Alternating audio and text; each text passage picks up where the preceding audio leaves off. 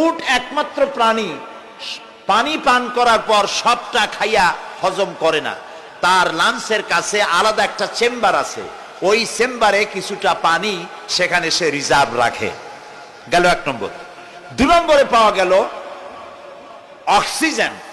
প্রাণী জগৎ বাতাস থেকে অক্সিজেন গ্রহণ করে আর কার্বন ডাই অক্সাইড করে এটাকে বের করে দেয়। উট একমাত্র প্রাণী অক্সিজেন যতটা গ্রহণ করে ততটা ছেড়ে দেয় না, প্রত্যেকে কিছুটা জমা করে রাখার জন্য তার বুকের মধ্যে একটা জায়গা আল্লাহ একটা চেম্বার তৈরি করেছেন, ওখানে অক্সিজেন জমা থাকে, একদিকে পানি আর একদিকে অক্সিজেন শ্বাস প্রশ্বাসের জন্য। কারণ কি? কারণ হলো মরুভূমিতে বালুর ঝড় হয়, যাকে আরবিতে বলা হয় সাইমুম, বালুর ঝড়। এই ঝড় যখন শুরু হয় তখন একটানা ঝড় চলতে থাকে 2 দিন 3 দিন 1 সপ্তাহ চলতে থাকে। মানুষেরা টের পেয়ে যার যার আশ্রয় গ্রহণ করে। উট তো মরুভূমিতে চড়ে বেড়ায়, সে এইটাকে পালাবে কোথায়? সে বাঁচবে কি করে মরুঝড়ের মধ্যে?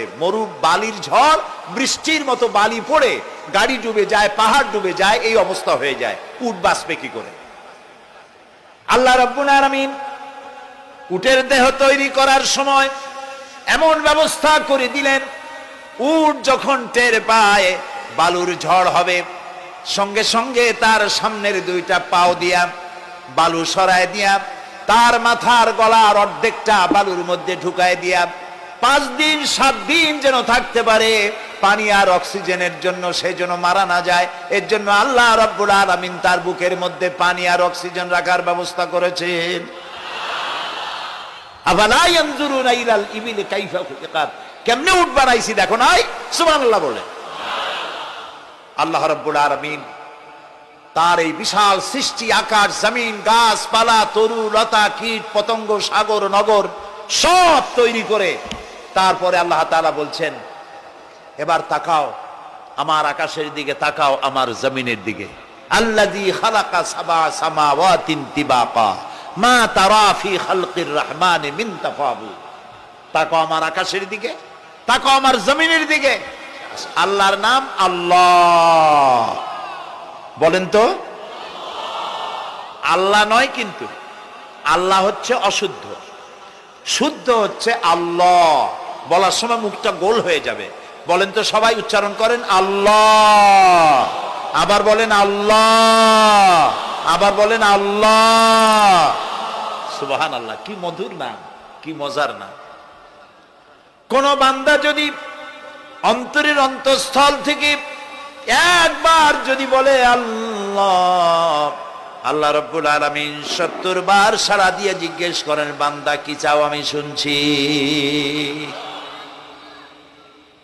আল্লাহ হচ্ছে ইসমে জাত, আর সিফাতি নাম হচ্ছে বাকি 98টা নাম। মোট ওয়ালাহুল আসমাউ হুসনা, আল্লাহ তাআলা রয়েছে পবিত্র নাম, অনেক নাম, 99টা নাম। কয়টা নাম? আল্লাহ হচ্ছে ইসমে জাত। এই যে আমরা অনেক সময় খোদা বলি, খোদার কসম, খোদার কিরা, খোদা হাফেজ বলি না আমরা?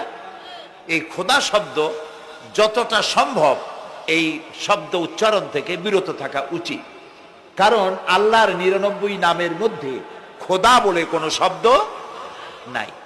কেউ যদি 10 লক্ষ বার খোদা বলে, একবার আল্লাহ বলার সমান হবে না, হবে না।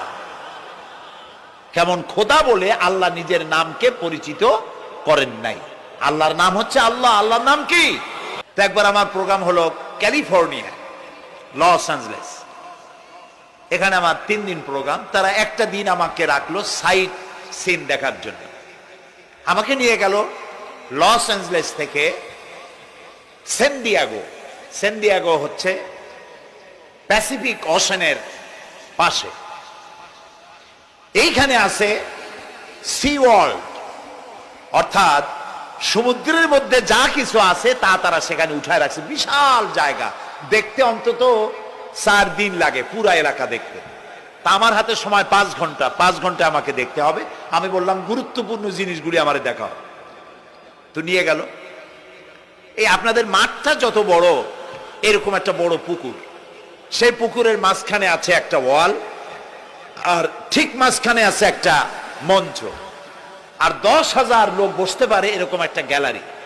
ওরকম একটা গ্যালারিতে আমাকে বসালো টিকিট কাটায়া, ওখানে মাছের খেলা দেখানো হবে। যারা খেলা দেখাবে তারা হাতে তুড়ি দিল, সঙ্গে সঙ্গে দুটি মাছ ওই পাশ থেকে তারা ভিতরে বড় গেট আছে, সেই গেট দিয়ে এপারে চলে আসলো। আমি লক্ষ্য করলাম খেলা যারা দেখাবে তাদের মুখের কথা, বাঁশির আওয়াজ, হাতের ইঙ্গিত মাছে বোঝে। মাছটার বুকটা সাদা, একদম সাদা, আর পেছনের দিকটা কালো। যখন উঁচু হয় তখন মনে হয় কোনো সৌদি প্রিন্স হবে, কালো কাপড় গায়ে দেয় সাদা জামার উপরে, ঠিক ওরকম মনে হয়। তো যারা খেলা দেখাবে তারা এভাবে হাতে তালি দিল, মাছেও তার দুটি পাখা নিয়ে হাতে তালি দিল, ওয়েলকাম করলো দর্শকদেরকে। অনেকগুলি খেলা দেখালো এই মা, সাহায্য পাওয়ার জন্য কে? আল্লাহ চান আপনার ইমানটা খালেস হোক। আল্লাহ তাআলা এটা বরদাস্ত করতে পারেন না যে মানুষ কারো কাছে গিয়া আরেকজনের কাছে গিয়ে নথি স্বীকার করুক, আল্লাহ সহ্য করেন না। ইন্না শিরকা লাযুলমুন আযীম, শিরক হচ্ছে মস্ত বড় জুলম, অত্যাচার।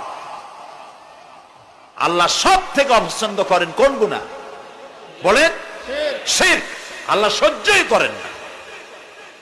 কেন করেন না? একটা যুক্তিতে আসে। যারা বিবাহ করেছেন তাদের স্ত্রী যদি স্বামীর সাথে যে ধরনের হাসি খুশি প্রেমের আদান প্রদান করে, স্বামী ছাড়া যদি আরেকজন পুরুষের সাথে এরকমের ভাব বিনিময় করে, ফোনে কথা বলে, প্রেম করে, খুব সুন্দর করে ভালোবাসা দিয়ে যদি চিঠি লেখে অন্য পুরুষের কাছে, অথবা প্রেম নিবেদন করে, তাহলে স্বামীদের অবস্থা কেমন হবে বলেন? এইটার জবাব দিতেও যদি দেরি হয় তো খুবই কুলক্ষণ। হ্যাঁ, ভয়ানক হবে, ভয়ানক হয়ে যাবে। নিজের চরিত্র যতই যা হোক, বউর চরিত্র ভালো চাই। আচ্ছা বলেন তো, স্ত্রী আপনার সঙ্গে যেভাবে প্রেমের হাসি হাসে, প্রেম নিবেদন করে, ওই রকম আরেকটা পুরুষের কাছে সাথে করলে আপনার সহ্য হয় না কেন? আপনি স্ত্রীর উপর আপনার অধিকারটা কতখানি, কি জন্যে? আপনার স্ত্রীর যে হাসি, যে মিষ্টি হাসি, যা আপনার প্রাণ কেড়ে নেয়, ওই হাসিতে আপনার কোনো অবদান আছে বলেন? তার যে টানা টানা চোখ, সুন্দর ভ্রু, মাথায় অনেক লম্বা চুল, শরীরটা সুন্দর, যৌবন, রূপ, এর ভেতরে আপনার কোনো অবদান আছে? হ্যাঁ আছে, একটু তো আছেই। আপনি যে মুখ দিয়ে বউটা হাসে, সেই ঠোঁটে একটু লিপস্টিক লাগাইছেন। যে চোখের জন্য আপনি পাগল, সেই চোখে একটু কাজল লাগাইছেন। শরীরটাকে পেঁচাবার জন্য সুন্দর একটা শাড়ি কিনে দিছেন। একটা শাড়ি দিয়ে, একটু লিপস্টিক কিনে দিয়ে, চুলের একটা ক্লিপ কিনে দিয়ে, একটা ভালো শাড়ি কিনে দিয়া আল্লাহর কাছে দুইটা বৈধ জিনিস অত্যন্ত ঘৃণিত। কয়টা? একটা হলো তালাক, আর একটা হলো ভিক্ষাবৃত্তি, মানুষের কাছে চাওয়া। আল্লাহ পছন্দ করেন না। তো ভিক্ষুক ঘুরতেছে, একটা লোক বলল, মিয়া তোমার তো সারা জীবনই খরচ করতে দেখি। খরচ করবো না, করবো কি? যার কাছে যাই সে দেয় 4 আনা 2 আনা 1 টাকা, এর বেশি তো দেয় না। তেই দিয়ে আমি কেমনে বড় লোক হবো? কয় যে তুমি বাদশারে চোখে দেখো না, বাদশারে চোখে দেখো না। কয় বাদশার কাছে কি আমার মতো লোক যাইতে পারে নাকি? কল না, যাইতে হবে, যাও। বাদশা একবার যাবা, এমন দেওয়া দেবে জীবনে আর তোমার খরচ করা লাগবে না। পাতি শিয়ালের পিছনে ঘুরে তো লাভ নাই। পাতি শিয়ালে খায় মুরগি, তোমার একটা ঠ্যাং দেবে, দাঁতের খেলালের কাজ হবে না। বাঘের পিছনে ঘোরো, বাঘে খায় গরু আর হরিণ, একটা রান দিলে তুমি 1 সপ্তাহ খাইতে পারবে। কাজে ঘুরতে গিয়েও বোঝা উচিত কার সাথে ঘুরি। তো বলছে বাদশার কাছে যাও। তো বাদশারে পাবো কই? কই তো দেখলাম কেবল মসজিদে ঢুকলো। তারপরে ফকির গিয়ে দাঁড়ায় আছে বারান্দায়, দেখে যে উনি বাদশা ভেতরে বসে হাত তুলে আছে ভাবে, আর চোখ দিয়ে পানি পড়ে দাড়ি ভিজে ভিজে পড়তেছে। নামাজ শেষ করে, মোনাজাত শেষ করে বাদশা বেরিয়েছেন। কোন বাদশা? শাহজাহান। বাইরে আসার পর ফকির বলল, আসসালামু আলাইকুম বলে ফকির রওনা করছে। বাদশা বলে, দাঁড়াও, তুমি যে রওনা করলা, তোমার তো ভিক্ষুক মনে হয়, আর লোকেরা যারা ভিক্ষুক না তারাও তো আমার কাছে চায়, আর তুমি তো ভিক্ষুক, চাইলে না কেন কিছু? ভিক্ষুক বলে, জাহাপানা আমি কিছু চাইতে এসেছিলাম আপনার কাছে, কিন্তু আপনার করুণ অবস্থা দেখে আমার জ্ঞানের চোখ খুলে গিয়েছে।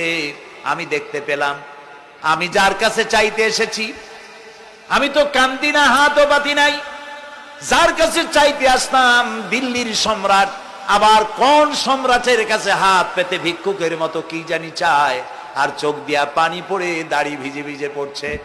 আমার জ্ঞানের চোখ খুলে গেছে, দুনিয়ার বাদশার কাছে আর চাইবো না। বাদশা কান্দে যে বাদশার কাছে, তার কাছেই চাইবো।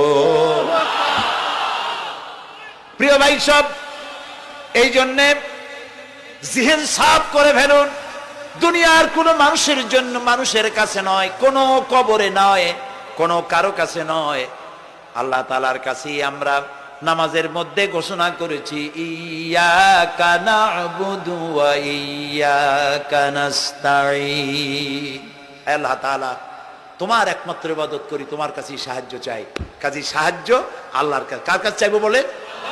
আল্লাহ আমাদের ঈমান পোক্ত করে দিন। আমরা বলি আমিন, আমরা বলি আমিন। অসুখ বিসুখ হইলে পরে ধৈর্য ধরবেন। অনেক মানুষ আছে জ্বর হইলে কয় যে এত নামাজ পড়ি খালি জ্বর আমারই হয়, এত রোজা রাখি, ভালো ভালো কাম করি, আমার ছেলের অসুখ মোটে সারি না। এই জাতীয় কথা বলবেন না। মুমিনের পায়ে যদি কাঁটাও ফোটে, সওয়াব থেকে খালি নাই। ধৈর্য ধরতে হবে। কাঁটা ফুটছে, বলেন ইন্না লিল্লাহ। আজাবান লিল মুমিন, মুমিনের জন্য বড়ই আশ্চর্য ব্যাপার, বিপদ হইলেও শুকর আদায় করে, আর সুখে থাকলেও শুকর আদায় করে। সুবহানাল্লাহ বিহামদি। বিপদ আসলে সে বলে ইন্না লিল্লাহি, বলেন ইন্না লিল্লাহি ওয়া ইন্না ইলাইহি রাজিউন। আর যখন শান্তি আসে বলে আলহামদুলিল্লাহ। দুই অবস্থায় তার জন্য নিয়ামত আল্লাহর তরফ থেকে সে পায়, আলহামদুলিল্লাহ। প্রিয় ভাই সব, তো আল্লাহর উপর ঈমান আনার জন্য কয়টা শর্ত বলছি না? এই যে প্যাচ লেগে গেছে, কয় যে তিনটা। আল্লাহর উপর ঈমান আনার জন্য শর্ত কয়টা? চারটা। চারটার বলছি কয়টা? দুইটা। আরেকটা হচ্ছে আল্লাহর কুদরত, এ বিশ্বাস করা। আল্লাহর কুদরত মানে শক্তি। আল্লাহর কিছু বিশ্বাস করবেন, বলেন জোরে? শক্তি। আকাশ এবং জমিনে শক্তিশালী কে? কিন্তু আমার দেশের জনগণ, কিছু কিছু রাজনীতিবিদরা বলে জনগণই নাকি সকল ক্ষমতার, সকল শক্তির উৎস। কি পাগল! তুমি ক্ষমতার উৎস? নাকের মধ্যে ময়লা, দাঁতে ছাতা, পেটের মধ্যে দুর্গন্ধ ভরা, ক্ষমতার উৎস? আশ্চর্য কথা। এই যে ক্ষমতার উৎস, হাজার হাজার লোক এখানে বসা, দুইটা ভাউয়া ব্যাংক যদি দুই কোণা দিয়ে ঢোকে, ভাউয়া ব্যাংক চেনেন? বিগ সাইজের ব্যাংক, দুইটা যদি দুই দিক দিয়ে ঢোকে,